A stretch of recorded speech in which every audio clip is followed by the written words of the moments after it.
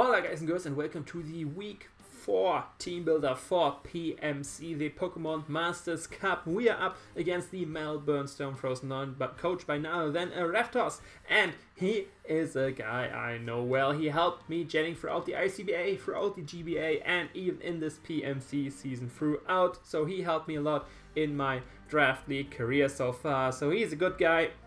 Definitely check him out already.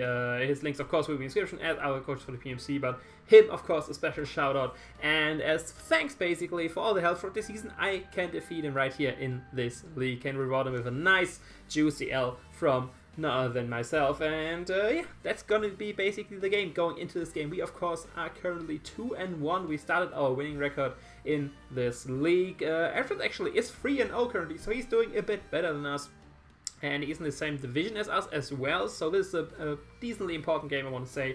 If we can win this, we are both 3-1, and basically we can solidify us in the top half of the division, where we want to end up if we want to go into playoffs. I think it's 16 teams total, 2 divisions per 8, and the top 4 of each division get into playoffs. So basically we want to end up in the top half, and he's currently at the top. I actually don't know if he's first or second place, but he's definitely there at the top, and yeah, if we can defeat him, we can solidify our spot at the top half as well. I don't think we will be able to overthrow him, since the differential is a bit better than us, but we can definitely get close to that. We just gotta need to win a few more games, and yeah, then playoffs, win a few more, and then win one more, and then we got championship. So that's going to be the plan for the season. But of course, he has a team which stands against us, and our plans to reach that championship. And we'll go that real quick. He got the Latios, the Rotom-Wash, Amoonguss, Tyranitar, Stoutland, Mega Aggron, Gengar, Alomomola, Virizion, Moltres, and Gardevoir. His Z-move users are the Gardevoir and the Stoutland. So what stands out, of course, are his two 110 base speed threats, which are the Latios and the Gengar. Very threatening special threats.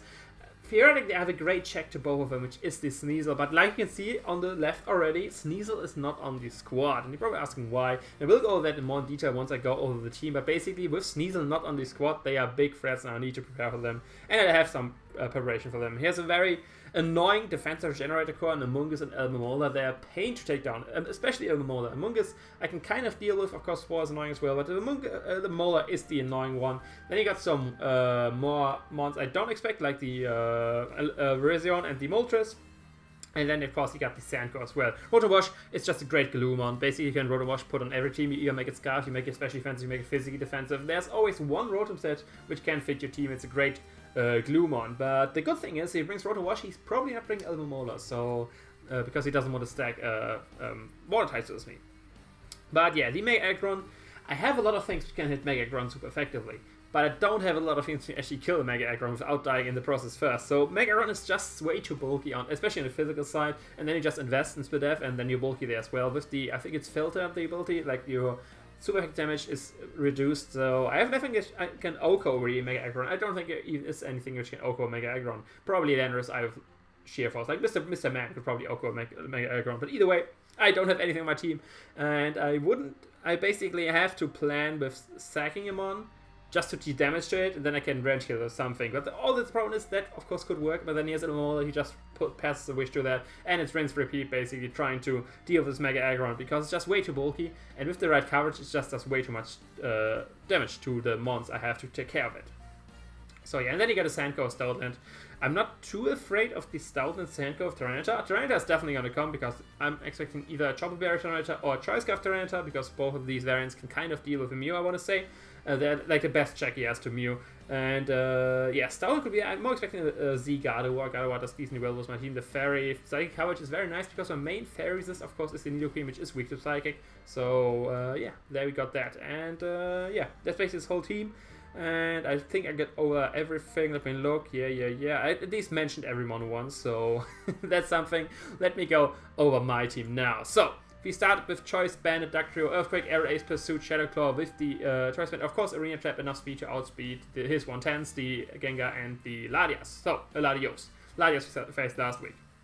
So, this thing is there to trap the Gengar with Pursuit, of course. I know it's Ghost type, so Arena Trap doesn't work, but I can still trap him with Pursuit. Choice Bandit Pursuit does a lot to this thing. It kills if he switches out, if he stays in. It does a lot either way. And yeah, Earthquake, of course, is nice for the Aggron. I don't even know if, depending on investment, it might not even 2-hit KO him, because Dugtrio is not that strong. And with Choice Band, of course, I just die to an Ice Punch if he has the correct investment. And then we have Aerial Ace is there to trap basically his only ground resist, which is the Virizion. This just in general with Choice Band, I'm fast enough, I don't need to Focus Sash to like live anything and then Revenge Kill. This thing is already faster than his whole team. His priority is very limited. Looking at his team, he got Quick Attack on Virizion. That's it. And other than that, only Scarf, Sweep Me, and Stoutland and Sand, of course, but like I said, I'm not too afraid of Stoutland. Dugtrio, in general, is a very nice revenge killer. With the Arena Trap, it's like the perfect revenge killer, because you chip something down, bring in Dugtrio, he can switch out, and then boom, it's dead. And depending on the mon he has, it doesn't even need to revenge kill, it can just be in general a good killer, with the Choice Band boost, of course. But yeah, that's basically playing with Dugtrio, just being a great revenge killer, having some great coverage moves versus him, can trap some mons which you usually wouldn't expect to get trapped. Like, he's probably prepare like Tyranitar to be trapped. That's why I expect a more Choice Scarf variant, because if I trap that, then could EQ, even Chopper Berry won't save him. And Mega Aggron I can get some good damage on. Then stuff like the Ladi I can revenge kill with Shadow Claw, Pursue Trap, like same with the Gengar. And then the Virizion is a nice one I can just Aerial Ace. I was debating to put Stone Edge or Aerial Ace on this. In the end, I thought Virizion is a bigger threat than the Moltres, and it's, I guess, more likely to come because Rotom-Heat just shuts down Moltres as it is. And I have some other mods which can do as well, for example, Thick Fat Miltank. So I think Virizion could be more likely than Moltres. That's why I have Aerial Ace over Stone Edge. And then Shadow Claw for like this, like I said, his 110s, which... So I can always make it 50-50 if you want to pursue it and working, it's just straight go for Shadow Claw. That's Dugtrio for you. Next up, we got Jimmy Neutron with quite the special spread, I tell you. So, it's 5EMC Nasty Plot. That's the sole reason to kill the Mega Aggron. Mega Aggron is his best, I want to say, switch into Mew. He won't switch in Tyranitar versus Mew. He's gonna use Tyranitar in a way where it switched in versus me after I kill something, or on a World Switch Uta, if something gets like that. I don't think he will switch in Tita hard in me, because if he's Scarf, fighting attack, he's dead. If he's Shovel Berry, I go for fighting attack, then I go for second fighting attack, and he's dead as well. So he's probably going to bring in, on a free switch versus me, Vacuum Wave sadly doesn't do enough to him. If he's Choice Scarf, it does barely anything, but this guy is there to deal with the Mega Aggron, because after Nasty Blood, 5EMC Aerosphere with this investment does guaranteed OHKO Mega Aggron, even if he's max special defense. Filter is not saving him from this move. Don't need to run Focus Blast. Aerosphere already is strong enough. Then it's just great coverage overall. Psychic just as main stab, hits the Rotom, it's the Amoonguss, hits the Stoutland, hits the Gengar theoretically, hits the Alomomola, Virizion, Moltres, all this good stuff, and then I have Shadow Ball for basically all the rest, which is the Gladius, which I don't hit yet, and the Gardevoir, which I don't hit yet. For these two I got Shadow Ball, and yeah, great coverage. Sadly, his two 110s towards me, the Gladius and the Gengar, but I do have actually enough bulk on this to live one Life Orb Shadow Ball from a max special attack Gengar, and I have enough bulk on this to live a Choice Scarf Crunch from a Tyranitar. So that's where basically my Mew is more of a wall breaker, and then it can guaranteed kill one of the other ones. I'm especially bulky enough to take, of course, hits from Ladius as well. And I can kill that plus a Shadow Ball. Basically, I can get one kill versus one of his fast mons, and all these slow mons just die to plus 2 Psychic or coverage moves. So that's my plan with you. Not really to sweep, barring I already trap his fast mons, and I can just take some hits with Mew. It's mainly there to bait in the Mega Aggron and OHKO with Aerosphere, so I don't have to deal with that with the rest of my team, because Mega Aggron is just way too big of a pain to deal with, especially with one like Alomomola, which just basically heals it up back up to full with Wish and stuff like that. So that's the plan of Jimmy Neutron. Next up we got Mrs. Cypher right here. Rotom Wash is just such a good bring versus my team, and I didn't have this. Like at first I had Sneasel there instead of Lurantis, and then looking at my team, everything, basically Dugtrio is weak to water, Nidoqueen is weak to water, Rotom is weak to water, and the rest you can just Volt Switch. Rotom-Heat was just way too big of a problem for my team when I had Sneasel there, and that's why I decided to put Lurantis on there. I decided to, in the end, to be physically defensive, so I'm better check to the, in general, for his physical Tyranitar, for his Mega Aggron, for his Stoutland. There we go. And then I decided to have Defog on this, like I can see, my only other potential Defog is Mew, which is a 5EMC variant, or the Rotom-Heat, which of course is not the great defogger, being weak to rocks himself. And then Surface is just for recovery. Of course, if Sand is up, I'm not recovering too much. And then at least some Hidden Power Fire is there to deal with the Mega Aggron better, to do more damage to the Amoonguss. At first, I want to run Leaf Storm Superpower and Hidden Power Fire, but then I want Defog in the end, and Synthesis I need for sure. With only Superpower, of course, deal better with the Stoutland and the Tyranitar, for example. But not as good anymore with the Amoonguss and the, what's the other thing? Mega Aggron, there we go, because on the special side it's just way less bulky than on the physical side. And yeah, I have enough speed to outspeed no speed Alomomola, so I can bump that with Leaf Storm. I just need to invest a lot of speed because Lurantis is just so slow, and Empoleon is a decent speed set actually. So yeah, I need to invest a lot of speed to actually bump it with Leaf Storm. Or pretend, like a Leaf Storm won't even OHKO it because Empoleon is just way too bulky, but plus 2 Leaf Storm will do the trick. And for that, of course, need to be faster. That is Lurantis for you. Like I said, it's mainly there for the Rotom, because I want to have a switch into that, a guaranteed switch in. And Superpower is not having Superpower so nice as well, since I don't care about burn that way. But yeah, that's Lurantis for you. Next up, we got Nips, the Nidoqueen with the Papaya Berry, Earthquake, Poison Jab, Ice Punch, Sucker Punch. Quite the interesting spread as well. First of all, the speed is there to outspeed a max speed Jolly Tyranitar. So in case he's not Scarf, I can outspeed him, hit him with Earthquakes.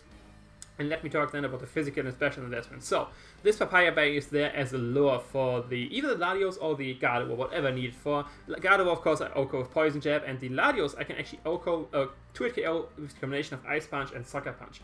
With the Papaya Berry, I'm actually not scared out versus the Latios. With the investment I have right here, the 140 HP and 84 speed def, this is actually enough to even take a Life Orb Draco Meteor from the Latios, so I can guaranteed stay in this thing, click the Ice Punch button, KO from that range already, depending on chip damage, or just follow up with Sucker Punch and he's dead as well. Of course, Gengar I take the hits as well, can just go straight for the Earthquake.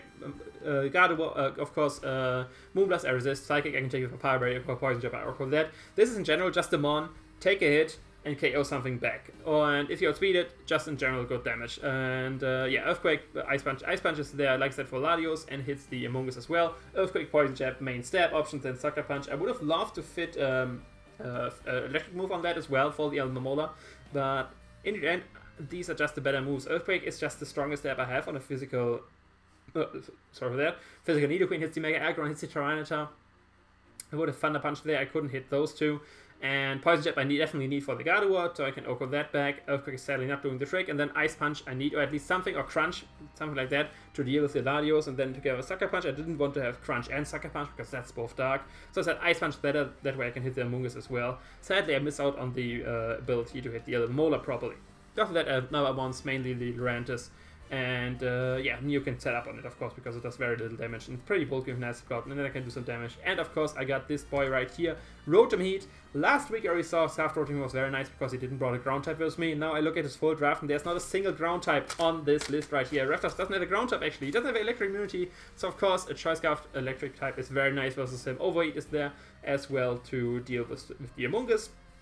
And then Trick, mainly just to trick something which is annoying. Like if the Emolga gets annoying, I can trick that. If the Among Us gets annoying, I can trick that. If he wants to, I don't know, what else I could trick. At least they're the main two options I can trick. Other than that, I want to keep my Scarf just to be faster than everything, barring Scarf, which are faster, literally faster than Rotom-Heat, of course, like Gengar, Latios, stuff like that. But in general, Rotom-Heat, great Scarf if your opponent doesn't have a ground type. That's like around the thought process I put in.